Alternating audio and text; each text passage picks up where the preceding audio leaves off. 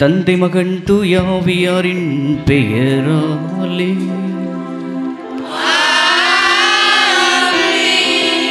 நம் ஆண்டவராகிய இயேசு கிறிஸ்துவின் அருளும் கடவுளின் அன்பும் தூயாவியாரின் நட்புறவும் உங்கள் அனைவரோடும் இருப்பதாக.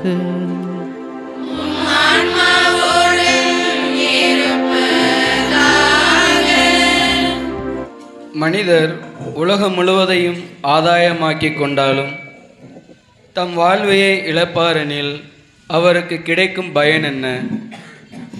அவரின் வாழ்வுக்கு ஈடாக எதை கொடுப்பார் என்ற இறை வசனத்தின் மூலம் புடம்போடப்பட்டு தன் பணி வாழ்வில் தடம் பதித்த புனித சவேரியாரின் 4ஆம் நாள் நவநாள் திருப்பலிக்கு புனித சவேரியாரும் அவரது இயேசு சபை ஆன்மீகமும் என்ற மைய சிந்தனையை சிந்திக்க அருட்தந்தையரையும் இறைமக்கள் சமூகத்தையும் அந்தோனியார் நகர் அன்பிய குடும்பங்கள் அன்புடன் வரவேற்பதில் மகிழ்வு கொள்கிறோம்.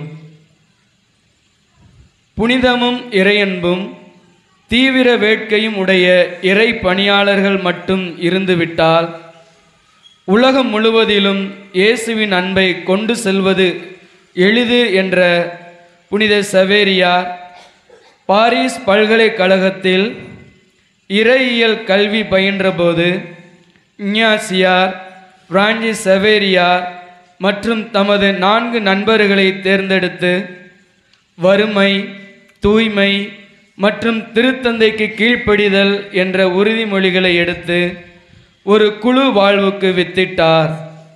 அதுவே நாளடைவில் இயேசு சபை என்னும் மரமாக வளர்ந்து தலை தோங்கியது. 16ஆம் நூற்றாண்டில் திருச்சபையின் மறுமலர்ச்சியிலும் விரிவாக்கத்திலும் பெரிதும் துணை புரிந்தது இயேசு சபை.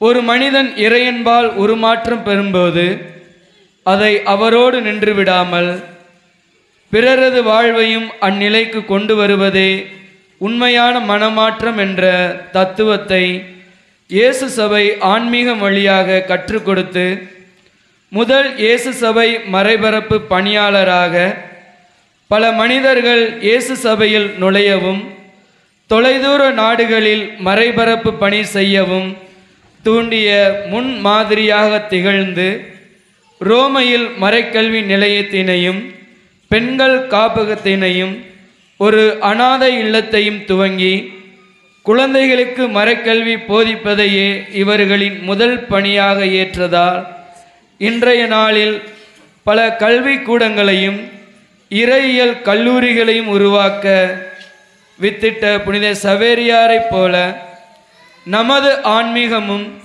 இயேசுவின் அன்பை பிரதிபலிக்க இறையருள் வேண்டி இப்பலியினில் இணைவோம். திருப்பலியை தகுந்த முறையில் ஒப்புக்கொடுக்க குற்றம் குறைகளை எண்ணி மனமுருந்தி மன்னிப்பு வேண்டுவோம். பல்லவி. என்னை மன்னியும் என்னை மன்னியும் இயேசுவே என்னை மன்னியும் என்னை மன்னியும் இயேசுவே என்னை மன்னியும்.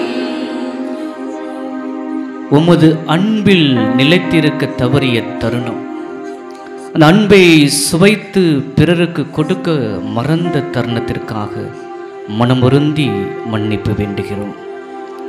என்னை மன்னியும் என்னை மன்னியும் இயேசுவே என்னை மன்னியும். பலவீனங்கள், பாவங்கள் என்று சொல்வதை விட பலவீனங்களால் தடுமாறப்பட்டு வீழ்ந்த சமயங்கள், பிறருடைய அன்பில் நிலைத்திருக்க மறந்த தருணங்கள், இதை நினைக்கிறோம் என்று நினைக்க முடியாத தருணங்கள், அந்த தருணங்கள் அனைத்தும் ஆண்டவருக்கு எதிராக விளைந்ததற்காக ஆண்டவரே எங்களை மன்னியும். என்னை மன்னியும் என்னை மன்னியும் இயேசுவே என்னை மன்னியும். சவேரியார் விதைத்த விதை, அந்த நம்பிக்கை, கிறிஸ்து என்கின்ற அந்த நம்பிக்கை விதையை நாங்கள் தூவ மறந்ததற்காக, அந்த விதையை பரப்பிட மறந்த தருணத்திற்காக மனம் வருந்தி மன்னிப்பு வேண்டுவோம்.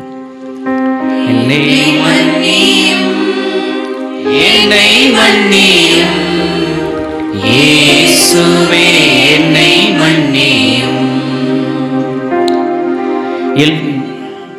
இல்லாமல் இறைவன் நம் மீது இரக்கம் வைத்து நம் பாவங்களை மன்னித்து நம்மை நிலை வாழ்வுக்கு அழைத்து செல்வாராக.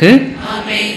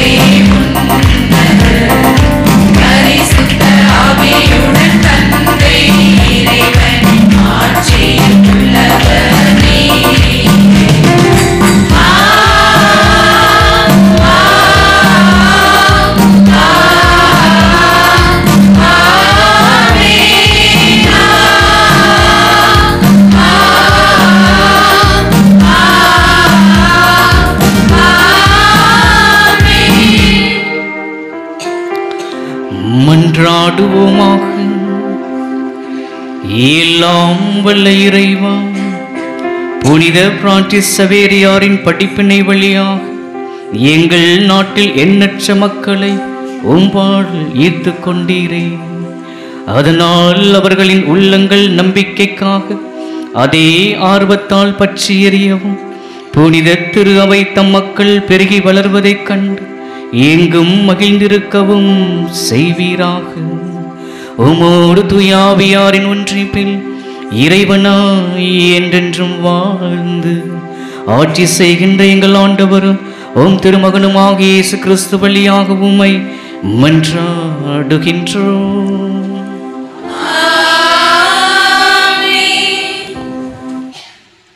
தொடக்க நூலிலிருந்து வாசகம். அதிகாரம் 12, இறை வார்த்தைகள் 1-8 முடிய. ஆண்டவர் ஆபிரகாமை நோக்கி, உன் நாட்டிலிருந்தும் உன் இனத்தவரிடமிருந்தும் உன் தந்தை வீட்டிலிருந்தும் புறப்பட்டு நான் உனக்கு காண்பிக்கும் நாட்டிற்கு செல். உன்னை நான் பெரிய இனமாக்குவேன். உனக்கு ஆசி வழங்குவேன். உன் பெயரை நான் சிறப்புறச் செய்வேன். நீயே ஆசியாக விளங்குவாய். உனக்கு ஆசி கூறுவோருக்கு நான் ஆசி வழங்குவேன். உன்னை சபிப்போரை நானும் சபிப்பேன். உன் வழியாக மண்ணுலகின் மக்களினங்கள் அனைத்தும் ஆசி பெறும் என்றார். ஆண்டவர் ஆபிரகாமுக்கு கூறியபடியே அவர் புறப்பட்டு சென்றார். அவருடன் லோத்தும் சென்றார். ஆபிரகாம் காரானை விட்டு சென்ற பொழுது அவருக்கு வயது 75. ஆபிரகாம் தம் மனைவி சாராவையும் தம் சகோதரனின் மகன் லோத்தையும் உடன் அழைத்து சென்றார். அவர்கள் காரானில் சேர்த்திருந்த செல்வத்துடனும் வைத்திருந்த ஆட்களுடனும் கானான் நாட்டிற்கு புறப்பட்டு சென்று அந்நாட்டை சென்றடைந்தனர். ஆபிராம் அந்நாட்டில் நுழைந்து செக்கேமில் இருந்த மோரையின் கருவாளி மரத்தை அடைந்தார். அப்போது கானானியர் அந்நாட்டில் வாழ்ந்து வந்தனர். ஆண்டவர் ஆபிராமுக்கு தோன்றி, உன் வழிமரபினருக்கு இந்நாட்டை கொடுப்பேன் என்றார். ஆகவே தமக்கு தோன்றிய ஆண்டவருக்கு அங்கே ஒரு பலிபீடத்தை எழுப்பினார். ஆபிராம் அங்கிருந்து புறப்பட்டு பெத்தேலுக்கு கிழக்கே இருந்த மலைப்பக்கம் சென்று பெத்தேலுக்கு மேற்கே ஆயிக்கு கிழக்கே கூடாரம் அமைத்து குடியிருந்தார். அங்கே ஆண்டவருக்கு அவர் ஒரு பலிபீடத்தை எழுப்பி ஆண்டவரது திருப்பெயரை தொழுதார். ஆண்டவரின் அருள்வாக்கு.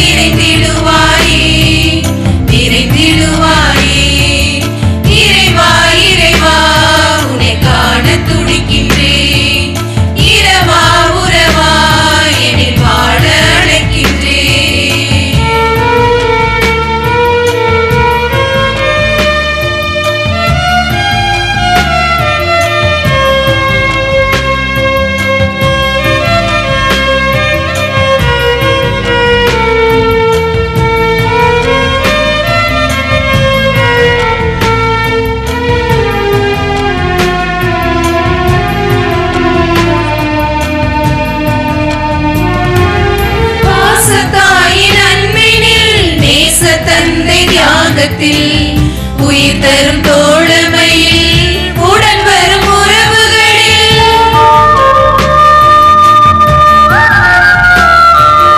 பாசத்தாயின் அன்பினில் நேச தந்தை தியாகத்தில் உயிர் தரும் தோழமையில் உடன் வரும் உறவுகளில் உடையது யாரை என் விழிகள் தேடுமோ எனையது யார் நானும் பணிகள் செய்வதோ எல்லாருக்கும் எல்லாமாய் வாழச் செய்குவாய் எல்லாருக்கும் எல்லாமாய் வாழச் செய்குவாய் எல்லையில்லா உன் அன்பில் மகிழச் செய்குவாய் இறைவா இறைவா இறைவா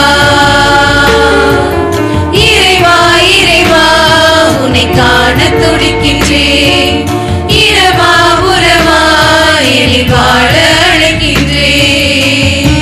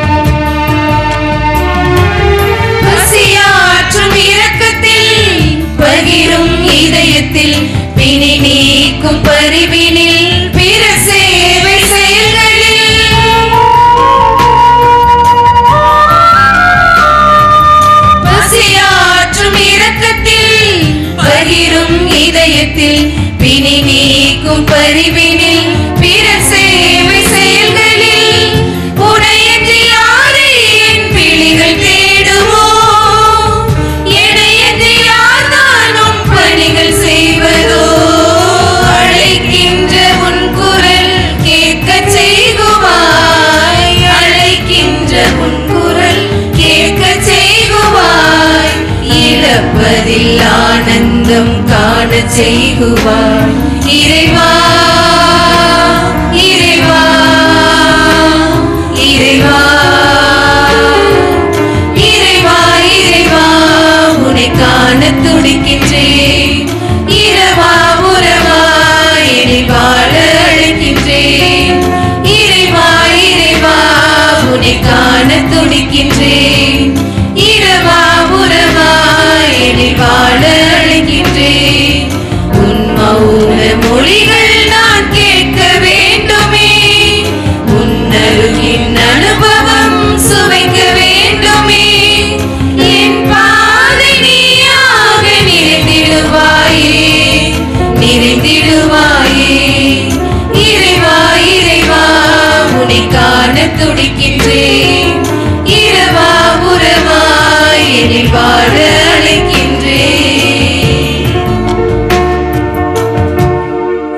திருத்தூதர் யோவான் எழுதிய முதல் திருமுகத்திலிருந்து வாசகம். அதிகாரம் 5 இறைவசனம் 7 முதல் 12 முடிய. சான்று அளிப்பவை 3 இருக்கின்றன. தூய ஆவியும் நீரும் இரத்தமுமே அவை. இம்மூன்றும் ஒரே நோக்கம் கொண்டவை. மனிதர் தரும் சான்றை நாம் ஏற்றுக்கொள்கிறோமே, கடவுள் தரும் சான்று அதைவிட மேலானது அன்றோ? கடவுள் தம் மகனுக்கு சான்று பகர்ந்துள்ளார். இறைமகன் மீது நம்பிக்கை கொண்டுள்ளோர் இச்சான்றை தம்முள் கொண்டிருக்கின்றன. ஆனால் கடவுள் மீது நம்பிக்கை கொள்ளாதோர் அவரை பொய்யராக்குகின்றன. ஏனெனில் தம் மகனை குறித்து அவர் அளித்த சான்றை அவர் நம்பவில்லை. கடவுள் நமக்கு நிலை வாழ்வை அளித்துள்ளார். இந்த வாழ்வு அவர் மகனிடம் இருக்கிறது. இதுவே அச்சான்று. இறைமகனை கொண்டிருப்போர் வாழ்வை கொண்டுள்ளனர். அவரை கொண்டிராதோர் வாழ்வை கொண்டிரார். ஆண்டவர் வழங்கும் அருள்வாக்கு.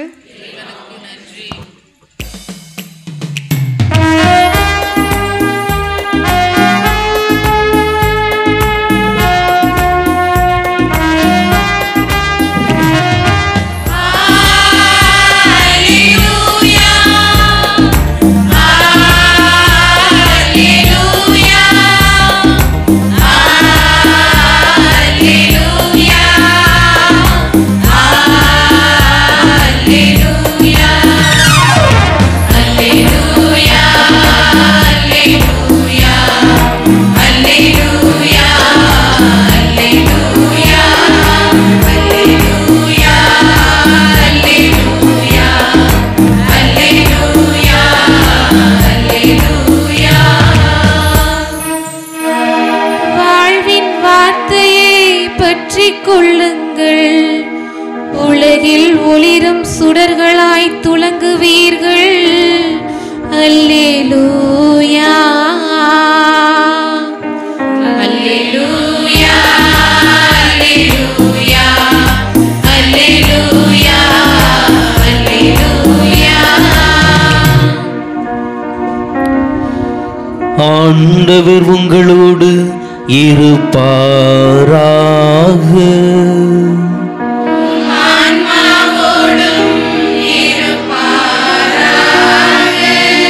மத்தேயு எழுதிய தூய நற்செய்தியிலிருந்து வாசகம்.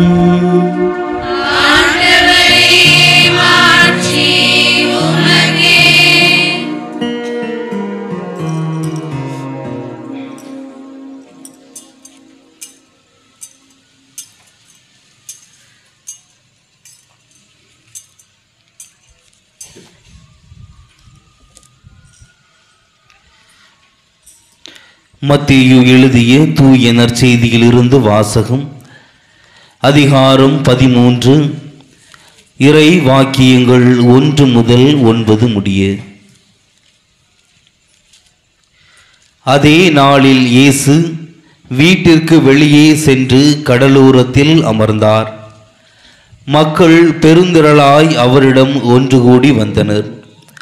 ஆகவே அவர் படகில் ஏறி அமர்ந்தார். திரண்டிருந்த மக்கள் அனைவரும் கடற்கரையில் நின்று கொண்டிருந்தனர். அவர் உவமைகள் வாயிலாக பலவற்றை குறித்து அவர்களோடு பேசினார். விதைப்பவர் ஒருவர் விதைக்க சென்றார். அவர் விதைக்கும் பொழுது சில விதைகள் வழியோரம் விழுந்தன. பறவைகள் வந்து அவற்றை விழுங்கிவிட்டன. வேறு சில விதைகள் மிகுதியாக மண் இல்லா பாறை பகுதிகளில் விழுந்தன. அங்கே மண் ஆழமாக இல்லாததால் அவை விரைவில் முளைத்தன. ஆனால் கதிரவன் மேலே எழ அவை காய்ந்து வேர் இல்லாமையால் கருகி போகின. மற்றும் சில விதைகள் முட்செடிகளின் இடையே விழுந்தன. முட்செடிகள் வளர்ந்து அவற்றை நெருக்கிவிட்டன. ஆனால் இன்னும் சில விதைகள் நல்ல நிலத்தில் விழுந்தன. அவற்றுள் சில 100 மடங்காகவும் சில 60 மடங்காகவும் சில 30 மடங்காகவும் விளைச்சலை கொடுத்தன. கேட்க செவியுள்ளோர் கேட்கட்டும் என்றார். ஆண்டவரின் அருள்வாக்கு. கிறிஸ்துவே உமக்கு புகழ். கிறிஸ்துவுக்குள் பிரியமான சகோதர சகோதரிகளே, இங்கே இவர் உடைப்படவில்லை என்றால் நாம் உடைந்து கொண்டே இருப்போம் ஒவ்வொரு நாளும். Praise the Lord. அப்படிதானே? அவர் இங்கே உடையலை அப்படின்னாருனா நம்ம உடைஞ்சிக்கிட்டே இருப்போம், ஒவ்வொரு நாளும் வீழ்ந்து கொண்டே இருப்போம். இந்த நற்கருணை, இந்த உடல், அதான் திருத்தந்தை 2ஆம் ஜான் பால் சொல்லுவார், அருமையாக சொல்லுவார், அந்த சதை, அந்த இரத்தம் மரியாள் சுமந்தது. பெத்லகேமுக்கு சவேரியாருக்கு போக முன்னாடி மரியாளோடு போவோம், சரியா? மரியாள் இல்லாத திருச்சபை கிடையாது, மரியாளோடு போவோம். அப்போ திருத்தந்தை 2ஆம் ஜான் பால் சொல்லுவார், பெத்லகேமுக்கு மரியாள் போகிறா, நிறை மாத கர்ப்பிணி பெத்லகேமுக்கு போகிறாங்க. உணவு இல்லை, சாப்பாடு இல்லை, இடம் இல்லை, எதுவுமே இல்லை, அப்படி தானே? எதுவும் இல்லை. குழந்தை பெற்ற உடனே என்ன செய்கிறாங்க?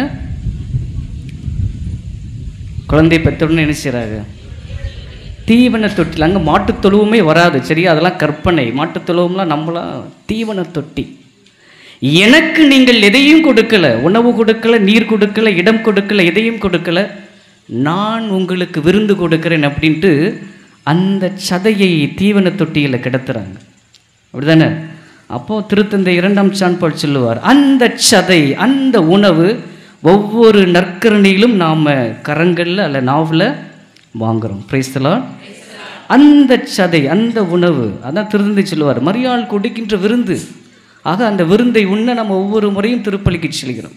ஆக அந்த திருப்பலி 2000 வருடங்களாக நிலைத்திருப்பதற்கு காரணம் புனிதர்களும் மறைசாட்சியரும் திருச்சபையில் இருக்கிற எல்லா மூதாதையர்களும் சொல்லலாம், சரியா?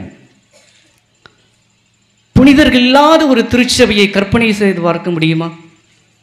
கோயிலுக்கு வாரீங்க, புனிதர்களுடைய சுருவம் இல்லை அப்படின்னா எப்படி இருக்கும்? எனக்கெல்லாம் அப்படியே ஷாக். அப்படியே புனிதர்கள் இல்லாத ஒரு திருச்சபை அப்படின்னு நினைச்சு பார்க்க முடியுமா? முடியாதா? முடியாது. மறைசாட்சிகள் இல்லாத ஒரு திருச்சபையை நினைத்து பார்க்க முடியுமா? முடியாது. ஏன் குருவானவர் பள்ளிவிடத்தை முத்தி செய்கிறாரு? அந்த மறைசாட்சி, அந்த நம்பிக்கை கொடுத்துருக்குது. ஆகவே தான் திருப்பலியில் குருவானவர் அந்த முத்தி செய்கிறார். ஏன்னா திருப்பண்டம் அதில் பதிக்கப்பட்டிருக்குது, அந்த நம்பிக்கை கொடுக்கப்பட்டிருக்குது. அந்த நம்பிக்கையை நான் எடுத்து செல்வேன் அப்படிங்கிற ஒரு அடையாளம். ஆக மறைசாட்சியர்கள், புனிதர்கள் இல்லாத ஒரு திருச்சபை இருக்க முடியாது, அப்படி தானே? அப்போ திருச்சபையினுடைய 2000 வருட அந்த வளர்ச்சியில் புனிதர்கள் பங்கு இருக்குது. தப்பறை கொள்கைகள், கிறிஸ்து கடவுளா மனிதனா, மரியாள் இறைவனின் அன்னையா கிறிஸ்துவின் தாயா, எத்தனையோ தப்பறை கொள்கைகள், எல்லாவற்றையும் அந்தோனியார் பாணியில் சொன்னோம்னா அனைத்து தப்பறைகளையும் சம்மட்டியால் அடித்து இன்று இந்த நற்கருணையை கொண்டாடுகிறோம், பைபிளை பற்றி பேசுகிறோம் அப்படின்னா புனிதர்கள். அப்போ ஒவ்வொரு காலகட்டத்திலும் ஆண்டவர் ஒவ்வொரு புனிதர்களை அழைக்கிறார். 1ஆம் நூற்றாண்டிலிருந்து இன்ன வரைக்கும் புனிதர்கள். இப்போ யார் புனிதராக போகிறாங்க கூடிய சீக்கிரத்தில்? கார்லோ. ஆக ஒவ்வொரு காலகட்டத்திலும் ஆண்டவர் புனிதர்களை அனுப்புகிறார்.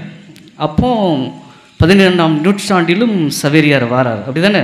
ஒவ்வொரு காலகட்டத்திலும் ஒவ்வொரு தேவைக்கு ஏற்ப கடவுள் புனிதர்களை அழைத்து அவருடைய பணிக்கென புனிதர்களை தேர்ந்தெடுத்து அந்த பணியில் நிலைத்திருக்க செய்திருக்கிறார். ஆகவே தான் இன்று நாம் கொண்டாடுகின்ற நற்கருணை பேசப்படுகின்ற திரு விவிலியம் அனைத்தும் அந்த புனிதர்கள் கிறிஸ்துவிற்கு சான்று பகர்ந்து அவர் விதைத்த அந்த விதையை அப்படியே கொண்டு போனனால தான். ஆகவே தான் நாம் இன்று தூய சவேரியாரை பற்றி சிந்திக்க இருக்கிறோம். பல்வேறு புனிதர்கள், புனித சியன்னா கேத்ரின் அம்மாள் கேள்விப்பட்டிருக்கீங்களா?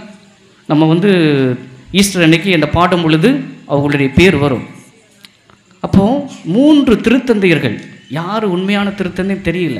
இந்த அம்மா தன்னுடைய ஜெபத்தால், தன்னுடைய போர் வலிமையால் உண்மையான திருத்தந்தை இருக்கிற அந்த அவிஞோன்றத்திலேருந்து கொண்டு வந்து ரோமையில் திரும்பவும் நிலைநிறுத்துவாங்க. அப்போ எப்பேற்பட்ட பணியை கடவுள் புனிதர்களுக்கு கொடுக்கிறார். திருத்தந்தை 2ஆம் ஜான் பால் சொல்வார், புனிதருடைய பங்களிப்பு அளப்பரியது. அந்த அளப்பரிய பணி தான் தூய சவேரியார். சவேரியார் உடலை நீங்களாம் பார்க்க போறீங்கன்னு நினைக்கிறேன், அப்படி தானே?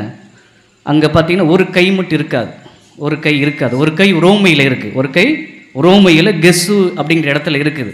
அப்போது அந்த இடத்துல பார்க்கின்ற மக்கள் என்ன சொல்வாங்க, ஒரு கை அங்கே ஏன் கொண்டு போய்ட்டுருக்குன்னா 1541 தூய சவேரியார் இந்தியாவுக்கு புறப்பட்டு 1542 இந்தியாவுக்கு வரார். ஓகேயா? அப்போது அதன் பிறகு அவர் தூய லோயாலாவை பார்த்ததே இல்லை. நம்ம முன்னுரையில் வாசிக்கப்பட்டது போல் 7 பேர் இணைந்து இயேசு சபையை உருவாக்கி, அங்கே சவேரியாருக்கு சாமியாரின் ஆசையே கிடையாது. அவருடைய வரலாறை படித்து பார்த்தீங்கன்னா சவேரியாருக்கு சாமியாராகணும் ஆசையே கிடையாது. அவருக்கு ஒரு பேராசிரியர் ஆகணும் ஒரு ஆசை இருக்கும். அப்போ இஞ்ஞாசியார் தான் கன்வின்ஸ் பண்ணுவார். பீட்டர் பேவர் உடனே ஆயிடுவார். இவர் கொஞ்சம் தாமதிப்பார். அப்போ தான் அந்த விவிலியம் வார்த்தை வரும், உலகம் முழுவதும் ஒருவன் தன்னை தனதாக்கி கொண்டாலும் ஆன்மாவை இழப்பாவின் அதனால் என்ன பயன். அப்போ தான் அவர் 1537 குருப்பட்டம் வாங்குறார். குருப்பட்டம் வாங்கி அவரோடு லோயாலாவோடு இணைந்து காலங்கள் வெறும் 4 வருடங்கள் தான். அதன் பிறகு இங்கே வந்ததுக்கப்புறம் மீண்டும் அவருடைய அந்த ஒரு கையை எடுத்து லோயாலா இருக்கிறது அந்த கெஸ்ஸு இடத்துல தான் வச்சிருக்கிறாங்க. இருவரும் மீண்டும் இணைக்கப்பட்டிருக்கிறார்கள். அவருடைய அந்த கையை பார்க்கும் பொழுதெல்லாம் மக்கள் என்ன சொல்லுவாங்களா, இந்த கைகள் எத்தனை பேரை திருமுழுக்கு கொடுத்து கிறிஸ்துவில் புகுத்தி இருக்கிறது. Praise the Lord. எப்படி மோசேக்கு கை வலிக்குமோ அப்படி தான் சவேரியாருக்கு கை வலிக்குமா. 2 பேர் பிடிச்சிக்கிட்டே இருப்பாங்களாம். தினமும் அத்தனை பேரை ஒரே ஒரு பரலோகம் மந்திரம் திருப்புகழ் மாலை வச்சு அத்தனை பேரையும் கிறிஸ்துவுக்குள் கொண்டு வந்திருக்கின்ற அந்த ஒரு மனிதர். ஆகவே தான் திரு அவையில் புனிதர்களுடைய பங்களிப்பு அளப்பரியது. அதிலும் இன்று நாம் நினைவு கூர்ந்து 4ஆம் நாள் அந்த சிறப்பை கொண்டாடி தூய சவேரியாரை நினைவு கூறுகின்றோம். ஆக இன்னைக்குள்ள தலைப்பு என்ன தலைப்பு? இயேசு சபை ஆன்மீகம். அவர் 4 வருடம்தான் அங்கே இருந்தார். அதுக்கப்புறம் இந்தியாவுக்கு வந்துட்டார். அப்போ நான் வரலாறை படித்து பார்க்கின்ற பொழுது இயேசு சபையினுடைய முன்னாள் மாகாண தலைவர் பேதுரு அருப்பே கேள்விப்பட்டிருப்பீங்களா? பெரிய ஆள், நல்ல ஒரு சிந்தனைவாதி. அவர் இயேசு சபையின் ஆன்மீகம், அதை தொடர்ந்து அந்த சவேரியாரை பற்றி ஒரு சில வார்த்தைகள் எழுதிப்பார். அதுலேருந்து ஒரு 3 சிந்தனைகள், சரியா? அதில் சிந்தனித்து நாம் இறைவனை மகிமைப்படுத்துவோம். இப்படிப்பட்ட ஒரு புனிதரை நமக்கு கொடுத்ததற்காக 1515ஆம் நூற்றாண்டில் தான் முன்னுரையில் வாசிக்கப்பட்டது போல திருச்சபை தத்தளிக்கிறது, அந்தரத்தில் இருக்குது. மார்ட்டின் லூதர் திருச்சபையை பிரிக்கிறார். குற்றச்சாட்டுகள் வைத்து பிரிக்கின்ற பொழுது அங்கே லோயாலா இஞ்ஞாசியருடைய முயற்சி, அப்போ மறைப்பணியாளர்களை அனுப்புகிறாங்க. திருச்சபை அந்தரத்தில் இருக்குது, வாழ்வா சாவா. உண்மையாக அப்படிப்பட்ட ஒரு சூழல். அந்த சமயத்தில் தான் ஆவியாருடைய தூண்டுதலால் இந்த இயேசு சபை குழுமம் 7 பேரை வச்சு ஆரம்பித்து திருச்சபையில் அங்கீகரிக்கப்பட்டு திருத்தந்தைக்கு கீழ்ப்படிதல் எல்லாம் இறைவனின் மகிமைக்காக அப்படின்ற ஒரு நோக்கத்தோடு தான் அவங்க ஆரம்பித்து உலகெங்கும் பயணிக்கிறார்கள். அப்போ தான் ஒரு முறை வருது. இந்த 15ஆம் நூற்றாண்டில் கேள்விப்பட்டிருப்பீங்க, பத்திரவாதா அப்படிங்கிற ஒரு முறை. என்ன முறை? பத்திரவாதா அப்படின்னா அந்த 15ஆம் நூற்றாண்டில் எங்கெல்லாம் போர்ச்சுகீசியர்கள் படையெடுக்கிறார்கள் அங்கெல்லாம் குருவானவர்களை அனுப்பணும். திருத்தந்தைக்கும் போர்ச்சுகீசிய அரசனுக்கும் உள்ள ஒரு ஒப்பந்தம் தான் பத்திரவாத முறை அப்படிங்கிற ஒரு முறை. எங்கெல்லாம் போர்ச்சுகீசிய படையெடுப்பு எடுக்கிறது அங்கெல்லாம் குருக்களை அனுப்பி அவர்களுக்கு நற்கருணை, பாவசங்கீர்த்தனம், திருச்சபையினுடைய அந்த வழிபாட்டு முறைகளை கொடுக்கணும் அப்படின்னு தான் ஒரு முறை. அதான் பத்திரவாத முறை. அப்படி தான் 15ஆம் நூற்றாண்டில் சவேரியார் வருவதற்கு முன்பாகவே அங்கே கிறிஸ்தவர்கள் இருக்கிறார்கள். அப்போ சவேரியார் 1542 வருகின்ற பொழுது அங்கே அவரை திருத்தந்தை ஒரு நுன்சியோ அப்படிங்கிற ஒரு பொறுப்பை கொடுத்து அனுப்புகிறார். இந்த மனிதர் வந்து செய்கின்ற செயல்கள் ஒரு பயணம். அப்போது இந்த 10வது முதல்ல தான் தூய சவேரியார் வராரு. வந்த உடனே அங்கே பேதுரு பேதுரு அருமையாக சொல்லுவார். இந்த இயேசு சபை ஆன்மீகத்தில் அவர் குறிப்பிட்ட ஒரு 3 வார்த்தைகள். ஓகே, இறைவனை கண்டு, இறைவனை அறிந்து, இறைவன் அனைத்திலும் செயல்படுகிறார் என்று உணர்ந்து இறைவனை பற்றி கொள்ள வேண்டும். எவ்வளோ அருமையாக சொல்றார். அனைத்திலும் இறைவனை கண்டு, எல்லாத்திலும் இறைவன் இருக்கிறார் அப்படின்னு கண்டு, அனைத்திலும் இறைவன் செயல்படுகிறார் என்று கண்டு, அந்த இறைவனை பற்றி கொண்டு நடக்க வேண்டும். இன்னைக்கு முதல் வாசகம் எங்கேருந்து எடுத்துருக்கிறோம்? தொடக்க நூல். ஆபிராமின் அழைப்பு, நாட் ஆபிரகாம், ஆபிராமின் அழைப்பு. ஒரு ஊருக்கு போ அப்படின்னு என்ன செய்கிறாரு? போகிறார். கண்ணை கட்டி காட்டில் விட்ட மாதிரி போகிறார். எந்த ஊருக்கு அனுப்புகிறாரு? கானான் நாட்டுக்கு அனுப்புகிறார். அதுக்கு இன்னொரு என்ன பேர்? இஸ்ராயல் மக்கள் எகிப்திலேருந்து வந்த உடனே ஆண்டவர் சொல்லுவார், எங்கே அனுப்புறேன்னு சொல்லுவார்? பாலும் தேனும் பொழியக்கூடிய இடம் கானான் தேசம். ஏன் பாலும் தேனும்? வளமை, செழிப்பாக இருக்கும். தேன், பாலஸ்தீனம் வந்து மலை முகடுகள், அதான் தேன். சரியா?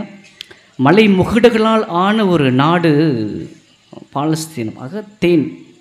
பால், அவ என்ன வளர்த்தாக? செம்மறியாடு. ஆடு, செம்மறியாடு, வெள்ளாடு இல்லை. சரியா? ஆண்டவர் தெளிவாக சொல்லார், வெள்ளாடு இல்லை, செம்மறியாடு. சரியா? செம்மறியாடு. செம்மறியாடு தான் நுனிப்புள் மேயும், குஞ்சிக்கிட்டே இருக்கும். ஆண்டவர் சொல்லுவார், செம்மறியாடை போல தாழ்ச்சியாக இருக்குன்னு சொல்லுவார். செம்மறியாடு. அப்போது அங்கே நீங்கள் சொன்ன மாதிரி செழுமை, வளமை அந்த நாட்டில் இருக்கின்ற பொழுது இந்த ஆண்டுகள் தானாக பால் சுரந்து பால் கொடுக்குது. அப்போ ஆண்டு என்ன சொல்லுவார்? முன்னோட்டே சொல்லுவார், பாலும் தேடும் பொழியக்கூடிய கானான் தேசம். அது அப்போ ஆபிரகாமுக்கு அப்படிலாம் சொல்லலை, போயிடுறார். அந்த ஒரு நம்பிக்கை, அந்த ஒரு விசுவாசம், அதே ஒரு விசுவாசத்தை தான் ஆண்டவர் வந்து இங்கே சவேரியாரை பார்க்கின்ற பொழுது அந்த தொடக்க நூல் 12:1-2 வாசிங்க யாராவது. ஆண்டவர் ஆபிராமை நோக்கி, உன் நாட்டிலிருந்தும் உன் இனத்தவரிடமிருந்தும் தந்தை வீட்டிலிருந்தும் புறப்பட்டு நான் உனக்கு காண்பிக்கும் நாட்டிற்கு செல். ஓகே, இதை அப்படியே தொடர்புபடுத்தி தூய சவேரியார் அதை அப்படியே தொடர்புபடுத்துங்க. திரும்ப ஒரு தடவை வாசிங்க. ஆண்டவர் சவேரியாரை நோக்கி, உன் நாட்டிலிருந்தும் உன் இனத்தவரிடமிருந்தும் உன் தந்தை வீட்டிலிருந்தும் புறப்பட்டு நான் உனக்கும் காண்பிக்கும் நாட்டிற்கு இங்கே செல். வந்துட்டார். எவ்வளோ பொருத்தமாக இருக்குது, இப்படி தானே? அப்போ சவேரியாருக்கு தெரியாது எந்த நாடு, எந்த மொழி, எந்த கலாச்சாரம், எந்த உணவு, எதுவும் தெரியாது. போனார். அதுவும் போகிறதுக்கு முன்னாடி இஞ்ஞாசியாருக்கு அனுப்ப விருப்பமே கிடையாது. உண்மையாக அவருடைய வரலாறு வாசித்து பார்த்தோன்னா இஞ்ஞாசியாருக்கு அனுப்ப விருப்பமே கிடையாது. அவர் முதல்ல 2 பேரை தேர்ந்தெடுக்கிறார். அந்த 2 பேருக்கும் உடல்நிலை சரியில்லாமல் போயிடுது. அப்போது திரும்ப திருத்தந்தை கேட்ட உடனே என்ன செய்கிறாரு? நீக்க போங்க அப்படின்னோடனே சவேரியார் போயிட்டு வரார். ஆக ஆபிராமை போன்று அங்கே சவேரியார் இனம், மொழி, உணவு எதுவும் தெரியாத நாட்டை நோக்கி வருகிறார். அவர் கையில் இருப்பது திருப்புகழ் மாலையும் பரலோக மந்திரமும். அதை வைத்து அந்த மனிதன் வந்து அத்தனை பேரை கிறிஸ்துவுக்குள் கொண்டு வருகிறார் என்றால், ஆண்டவரை பற்றி கொள்ளவில்லை என்றால் இந்த அதிசயம் நிகழ்ந்திருக்காது. Praise the Lord. பற்றி கொள்ள வேண்டும், தெரிந்து கொள்ள வேண்டும். பவுலடியார் அடிக்கடி தான் சொல்லுவார். என்ன சொல்லுவார்? நீ வணங்குகின்ற கடவுளை நீ அறிந்திருக்கிறாயா? அவர் உனக்கு தெரியுமா? பார்வோன் மன்னன் கடவுளை அறிந்து கொள்ள ஆசையே கிடையாது. எத்தனை கொள்ளை நோய்கள்? 10 கொள்ளை நோய்கள். 10 கொள்ளை நோய்கள் கொடுத்தும் பார்வோனுடைய மனம் இறுகியது அப்படின்னு வாசிக்கிறோம். அப்படிதானே? மனம் இறுகியது. அவனுக்கு வந்து கடவுளை அறிந்து கொள்ளணும் அப்படிங்கிற ஆசையே கிடையாது. கடவுளை தெரிந்து கொள்ளணும் அப்படிங்கிற ஆசையே கிடையாது.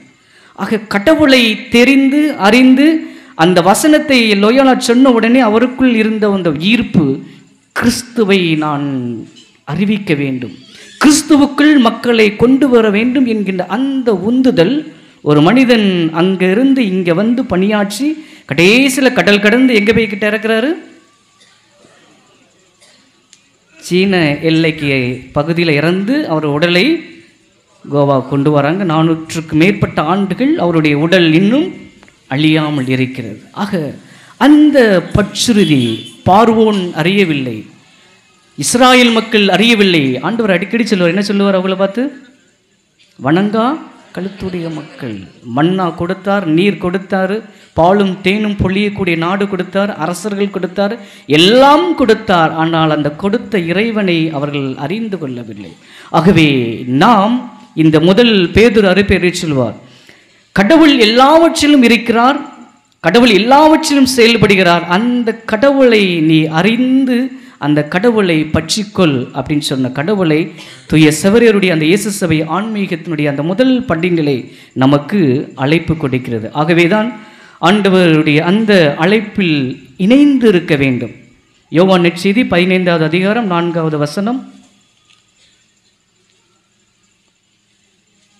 யோவான் நற்செய்தி அதிகாரம் 15 இறைவார்த்தை 4.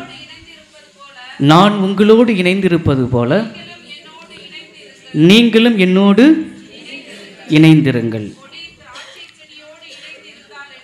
கொடி திராட்சை செடியோடு இணைந்திருந்தாலன்றி தானாக கனிதர இயலாது. கிறிஸ்துவோடு இணைந்திடாவிடில் நம்ம கனிதர முடியாது. இறைவனோடு பற்றிக்கொள்ளாவிடில் கனிதர இயலாது. இந்த நற்கருணையோடு பற்றிக்கொள்ளாவிடில் கனிதர இயலாது. இந்த நற்கருணை, இந்த பலிபீடம், இந்த நற்கருணை ஆண்டவர், இந்த சதை, இந்த உண்மையான உணவு, அந்த உணவு ஆண்டவர் சொல்லுவார், நான் தந்தை என்னுள்ளும் நான் அவருள்ளும் தங்கியிருப்பது போல நீங்களும் என்னுள் இணைந்திருங்கள். ஓகே, அபைட் இன் மீன் சொல்லுவார், அருமையாக இணைந்திருங்கள். ஆக முதல் அந்த சவருடைய அந்த சேஷசபை, அந்த ஆன்மீகத்துடைய அந்த முதல் படிநிலை இறைவனை அறிவோம். நம்ம எல்லாம் அறிஞ்சிருக்கிறோம், எல்லாருமே அறிஞ்சிருக்கிறோம். பாடுபட்ட இறைவன் நமக்காக பாடுபட்டு ரத்தம் சிந்தி உயிர்த்த இறைவனை அறிந்திருக்கிறோம். அந்த இறைவனில் நாம் பற்றுறுதி கொள்வோம். எல்லாவற்றிலும் நாம் செய்கின்ற ஒவ்வொரு செயலிலும் கடவுள் இருக்கிறார் என்று நம்பி அடுத்த படிநிலையாக பேதுரு அருப்பை என்ன சொல்றாரு? அந்த ஆன்மீகத்தில் அறிந்து கொண்டீர்கள், ஆனால் அந்த அறிந்து கொண்ட இறைவனை எப்படி மக்களிடத்திலே கொண்டு செல்வீர்கள், மக்கள் எவ்வாறு இணைப்பீர்கள் அப்படின்ற ஒரு கேள்வி வைக்கிறார். கேள்வி வச்சுட்டு உடனே என்ன சொல்றாரு பேதுரு அருப்பை? அன்பை சுவைத்து அன்பில் மூழ்கி அந்த அன்பை பகிருங்கள். அப்போ தான் நீங்கள் பிறரை கிறிஸ்துவுக்குள் கொண்டு வர முடியும் அப்படின்ட்டு 2வது படிநிலையை சொல்லார். அதான் இன்றைக்கி 2வது வாசகம் வாசித்தோம். எந்த புத்தகம்? 1 யோவான் 5:7 முதல் 12 வாசித்தோம். அப்படி தானே? அன்பை பற்றி வாசித்தோம். ஏன் அன்பு குறையுது? தொடக்க நூலில் வாசிக்கின்ற பொழுது ஆபேல் காயின் கதையை வாசிப்போம். சரி, அது வாசிக்க ரொம்ப நேரம் எடுக்கும், நான் சுருக்கமாக சொல்லிடுறேன். ஓகேவா? காயின் ஆபேல் 2 பேரும் காணிக்கை கொடுக்குறாங்க. யாருடைய காணிக்கை ஏற்கப்படுது? ஏன் ஆண்டவர் ஆபேலுடைய காணிக்கை ஏற்றுக்கொள்கிறார், காயினுடைய காணிக்கை ஏற்றுக்கொள்ளவில்லை? யார் கொடுத்தா? காயின். காயின் என்னதை கொடுத்தார் அதை மட்டும் எனக்கு தெளிவாக சொல்லணும்.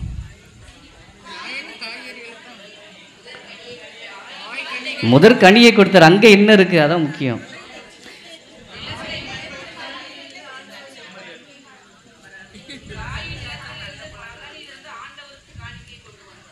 காயின் காயின்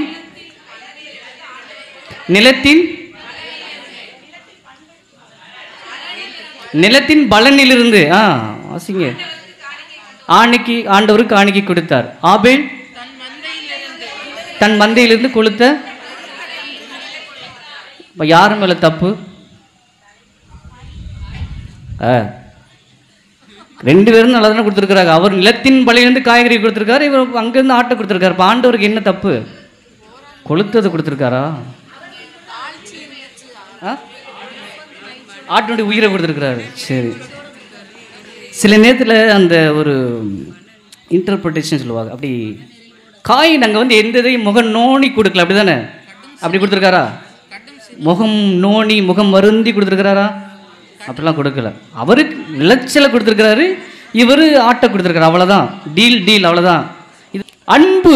அங்கே காயினுடைய அன்பு, அப்பதான் அவனுக்கு சினம் வருது. காயினுடைய சினம், என்னுடைய காணிக்கை ஏற்றுக்கொள்ளப்படவில்லை, நான் புறக்கணிக்கப்பட்டேன். அப்போ தான் அவன் கொல்றான். அப்போ ஆண்டவர் என்ன சொல்றாரு? காயின் மீது இரக்கம் கொண்டு அவனை கொல்பவர்கள் 7 முறை சபிப்பார்கள் அப்படின்னு சொல்றார். ஆக அன்பு, இந்த ரெண்டாவது அன்பில் நிலைத்திருந்து அந்த அன்பை கொடுக்க வேண்டும். ஆகவே கிறிஸ்துவில் பிரியமான சகோதர சகோதரிகளே, அன்பு இல்லை அப்படின்னா எதுவுமே கிடையாது அப்படின்னு யோவான் சொல்லுவார். ஆகவே நாம் பிறரை கிறிஸ்துவுக்குள் கொண்டு வர வேண்டும் என்றால் சபையருடைய அந்த அன்பு, அத்தனை நடை பயணங்கள் நடந்துக்கிட்டே இருக்கிறார், மனிதன் ஓடிக்கொண்டே இருக்கிறார்.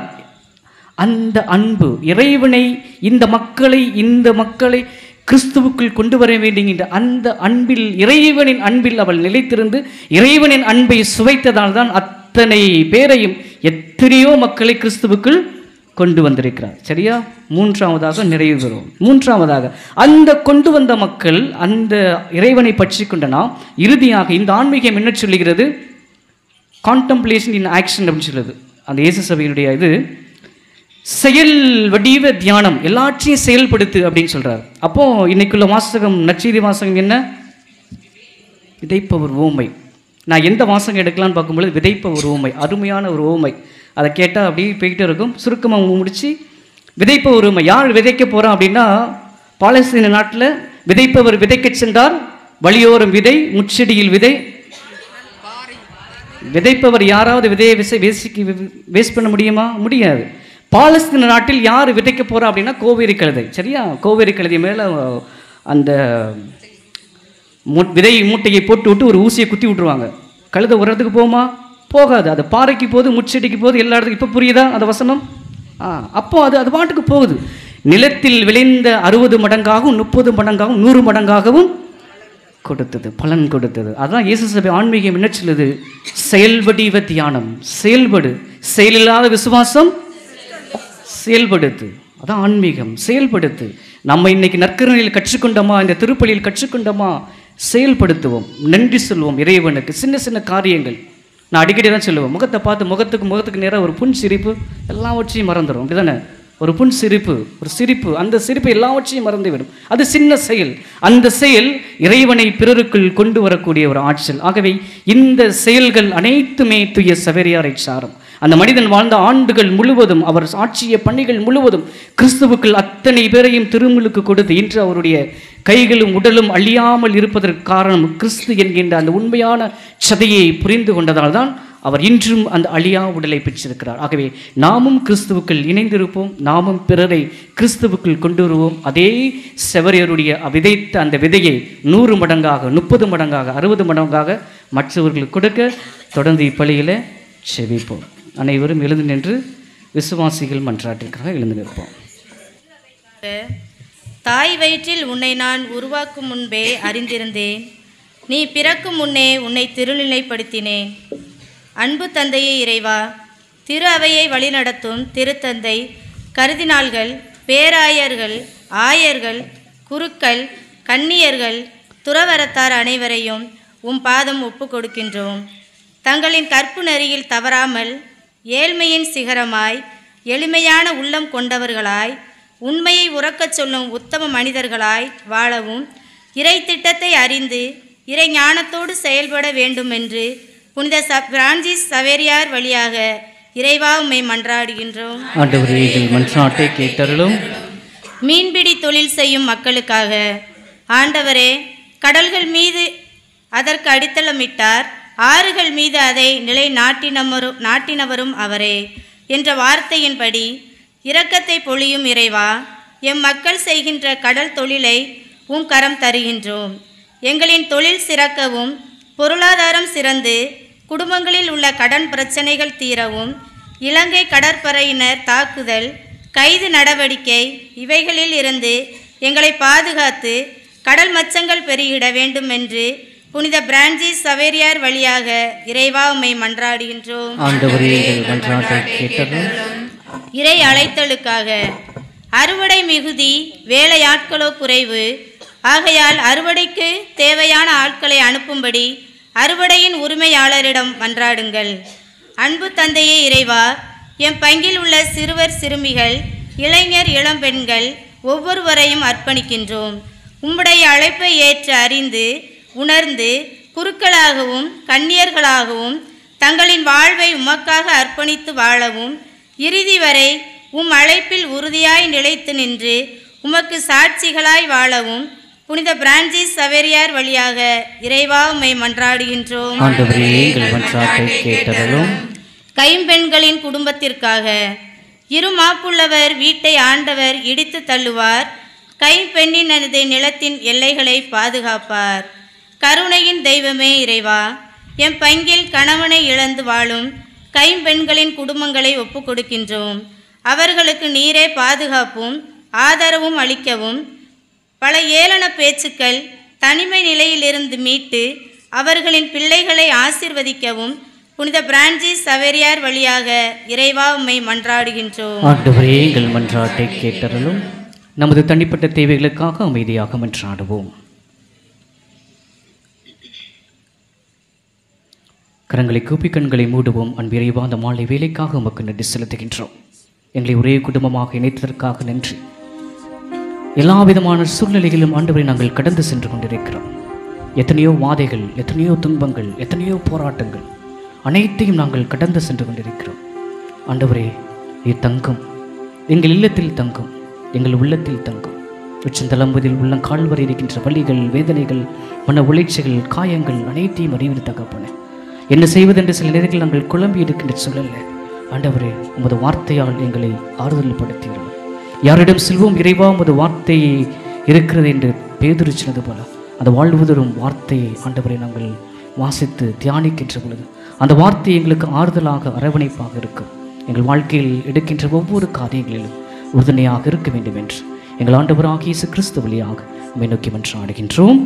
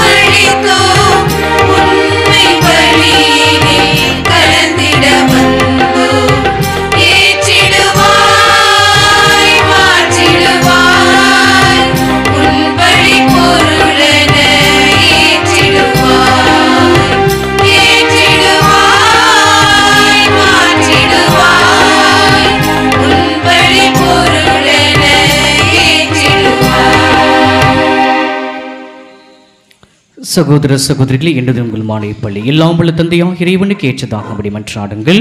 ஆண்டவர் தமது பெயரின் புகழ்ச்சிக்காகவும் ஆட்சிக்காகவும் நமது நன்மைக்காகவும் புனித திரு அவை அனைத்து நலனுக்காகவும் உமது கையிலிருந்து பலியை ஏற்றுக்கொள்வாராக. எல்லாம் வல்ல இறைவா, புனித பிரான்சிஸ் சவேரியாரின் நவநாளில் நாங்கள் கொண்டு வரும் காணிக்கைகளை ஏற்றருளும். அவர் மனிதரை மீட்கும் ஆர்வத்தினால் தொலைதூர நாடுகளுக்கு பயணம் மேற்கொண்டார். அவ்வாறே நாங்களும் நற்செய்திக்கு பயனுள்ள முறையில் சான்று பகர்ந்து எம் சகோதர சகோதரிகளோடு உம்மை நோக்கி ஆர்வமுடன் விரைந்து வருவோமாக. எங்கள் ஆண்டவராகிய இயேசு கிறிஸ்து வழியாக உம்மை மன்றாடுகின்றோம்.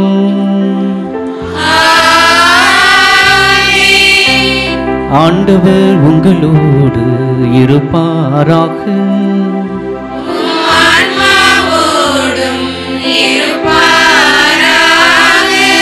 இதயங்களை மேலே எழுப்புங்கள்.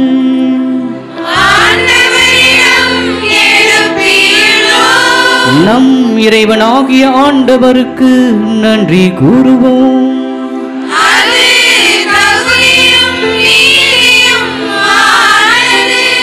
ஆண்டவரே, தூயவரான தந்தையே, என்று வாழும் எல்லாம் வல்ல இறைவா, எங்கள் ஆண்டவராகிய இயேசு கிறிஸ்து வழியாக ஏனாலும் எவ்விடத்திலும் நாங்கள் உமக்கு நன்றி செலுத்துவது மெய்யாகவே தகுதியும் நீதியும் ஆகும்.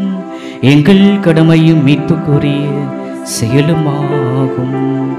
ஏனெனில் புனித பிரான்சிஸ் சவேரியாரின் வியப்புக்கு உரிய நற்செய்தி அறிவிப்பார். உமது திரு அவையை என்றும் புதிய ஆற்றலுடன் பலன் தரும்படி உருவாக்கி உமது அன்பின் உறுதியான அடையாளமாக எங்களுக்கு அளித்தீர்.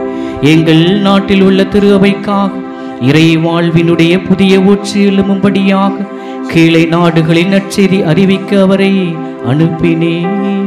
அவரது மாபெரும் எடுத்துக்காட்டு உமக்கு சான்று பகர எங்களுக்கு துணிவை தருகின்றது. அவருடைய இடைவிடா இறைவேண்டல்கள் நாங்கள் புரியும் எல்லா செயல்களிலும் எங்களை நிலைத்து நிற்க செய்கின்றது. ஆகவே ஆண்டவரே, வானதூதர் புனிதரோடும் நாங்களும் சேர்ந்து உமக்கு நன்றி கூறி ஆர்ப்பரித்து பாடுவதாவது: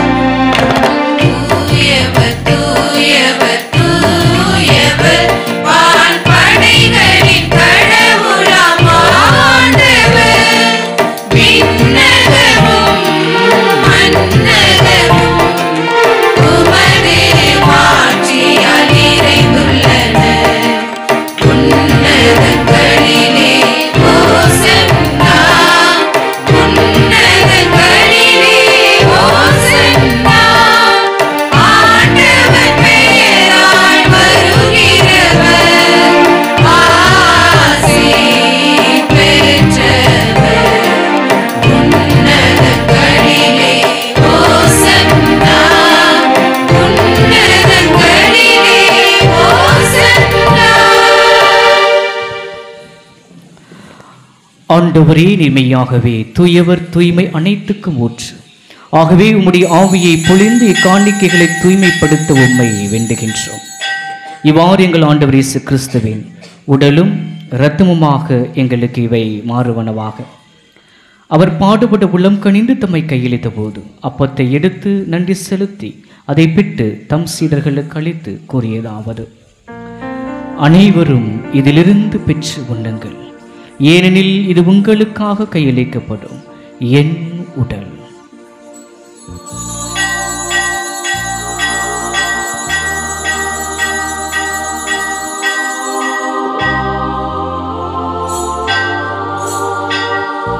அவ்வண்ணமே இரவு விருந்தை அருந்தியவன் கிண்ணத்தையும் எடுத்து மீண்டும் உமக்கு நன்றி கூறி தம் சீடர்களுக்கு அளித்து அவர் கூறியதாவது: அனைவரும் இதிலிருந்து பெற்று பருகுங்கள், ஏனெனில் இது புதிய நிலையான உடன்படிக்கைக்கு உரிய என் இரத்தத்தின் கிண்ணம். இது பாவ மன்னிப்புக்கென்று உங்களுக்காகவும் பலருக்காகவும் சிந்தப்படும். இதை என் நினைவாக செய்யுங்கள்.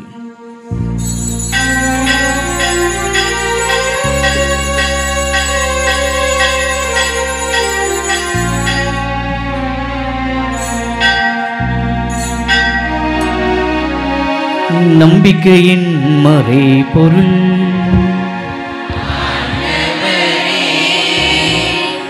நீர் வருமளவும் உமது இறப்பினை அறிக்கையிடுகின்றோ உமது உயிர்ப்பினையும் எடுத்துரைக்கின்றோ. ஆகவே ஆண்டவரே, நாங்கள் கிறிஸ்துவின் இறப்பினையும் உயிர்ப்பினை நினைவு கூர்ந்து வாழ்வு தரும் அப்பத்தையும் மீட்பளிக்கும் கிண்ணத்தையும் உமக்கு ஒப்புக் கொடுக்கின்றோம். உம் திருமுன்னின்று உமக்கு ஊழியம் புரிய தகுந்தவர்கள் என எங்களை ஏற்றுக்கொண்டீர். எனவே உமக்கு நன்றி செலுத்துகின்றோம். மேலும் கிறிஸ்துவின் உடலிலும் இரத்தத்திலும் பங்கு கொள்ளும் எங்களை தூய ஆவியார் ஒன்று சேர்க்க வேண்டும் என உம்மை தாழ்மையுடன் மன்றாடுகின்றோம்.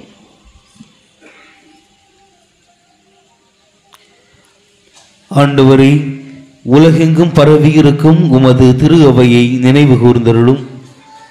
எங்கள் திருத்தந்தை பிரான்சிஸ், எங்கள் ஆயர் ஆனந்தம், ஏனைய ஆயர்கள், எல்லா திருநிலையினர் ஆகிய அனைவரோடும் உமது திரு அவை அன்பில் நிறைவு பெற செய்தருளும்.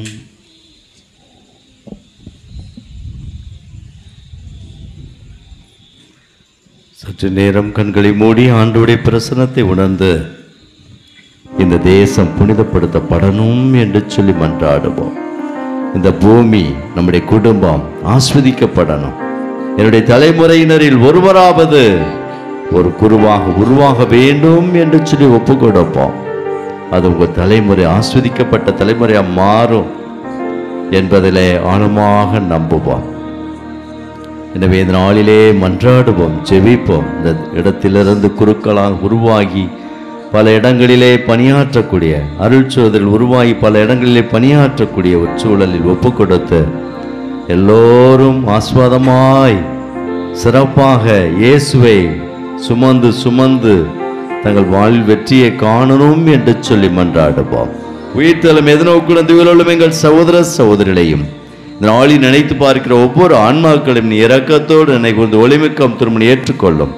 எங்கள் அனைவர் மீதும் நீ தயவாய் இரக்கம் கொள்ளும். கடவுளி கன்னித்தாயன மாட்சிமிக்க மரியாள், அவருடைய கணவரான புனித யோசேப்பு, புனித திருத்தூதர்கள், இவ்வுலகில் மோக்கந்து வாழ்ந்த புனிதர்கள், குறிப்பாக புனித சபரியார் அனைவரோடும் நாங்கள் நிலை வாழ்வேன். பங்குள் தகுதி பெற்றோம் திருமண இயேசு கிறிஸ்து வழியாமை புகழ்ந்தேத்து மரமரள உம்மை மன்றாடுகின்றோம். ஆமேன். இவர் வழியாக இவரோடு இவரில் எல்லாம் வல்ல இறைவனாகிய தந்தையே, தூய ஆவியாரின் ஒன்றிப்பு எல்லாம் புகழும் மாட்சியும் என்றென்றும் உமக்கு உரியதே.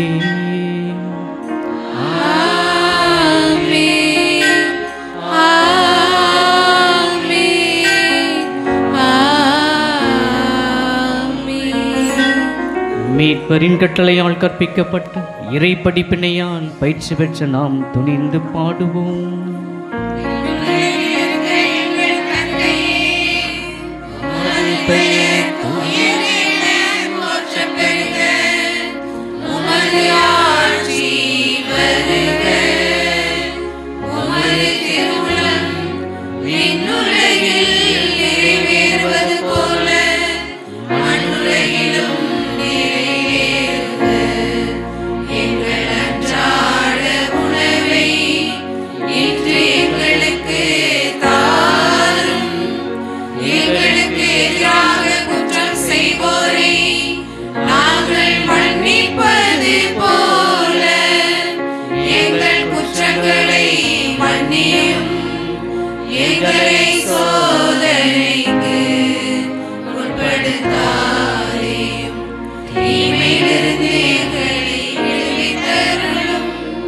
ஆண்டவரே, தீமை அனைத்திலிருந்தும் எங்களை விடுவித்து எங்கள் வாழ்நாளில் அமைதியை கனிவுடன் அருளும் மன்றாடுகின்றோம். உமது இரக்கத்தின் உதவியால் நாங்கள் பாவத்திலிருந்து எப்போதும் விடுதலை பெற்று யாதொரு கலக்கமின்றி நலமாயிருப்போமாக. நாங்கள் எதிர்நோக்கி இருக்கும் பேரின்பத்துக்காகவும் என் மீட்பராகிய இயேசு கிறிஸ்துவின் வருகைக்காகவும் காத்திருக்கின்றோம். ஆண்டவரே இயேசு கிறிஸ்துவே, அமைதியை உங்களுக்கு விட்டுச் செல்கிறேன், என் அமைதியை உங்களுக்கு அளிக்கிறேன் என்றும் திருத்தூதர்களுக்கு மொழிந்தீரேன்.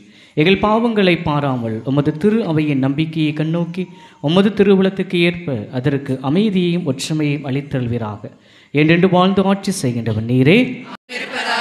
ஒருவருக்கொருவர் அமைதியை பகிர்ந்து கொள்வோம்.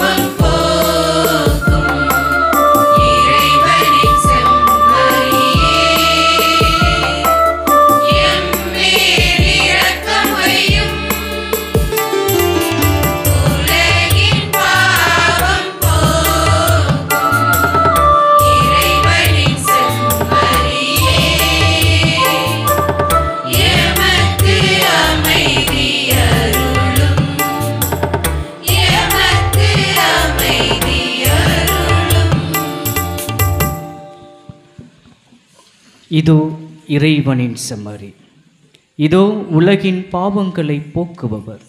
செம்மறியின் விருந்துக்கு அழைக்க பெற்றோர் பேறு பெற்றோர்.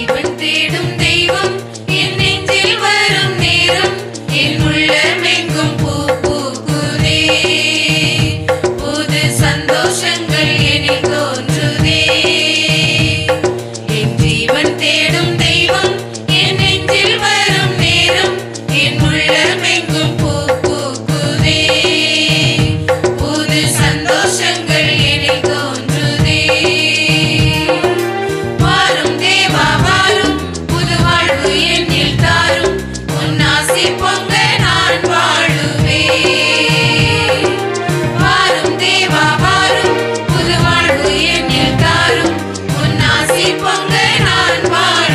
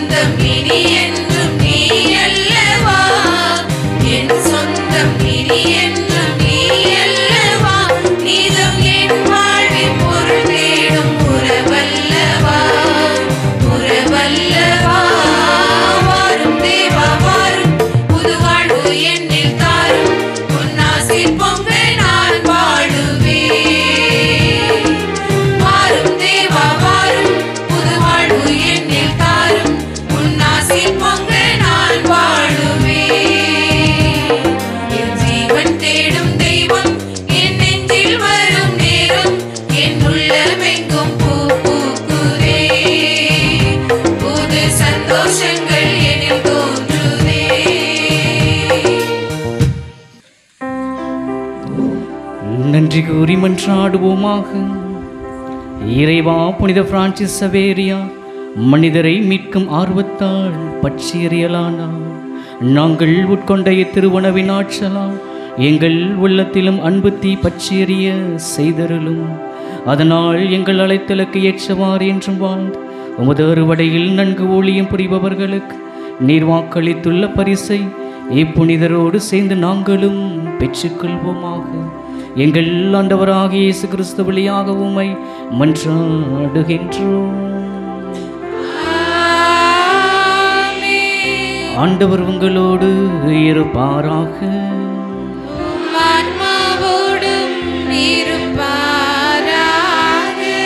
எல்லாம் வல்ல இறைவன் தந்தை, மகன், தூய ஆவியார் உங்கள் அனைவரையும் நிறைவாக ஆசீர்வதிப்பாராக. சென்று வாருங்கள், திருப்பலி நிறைவேறிற்று.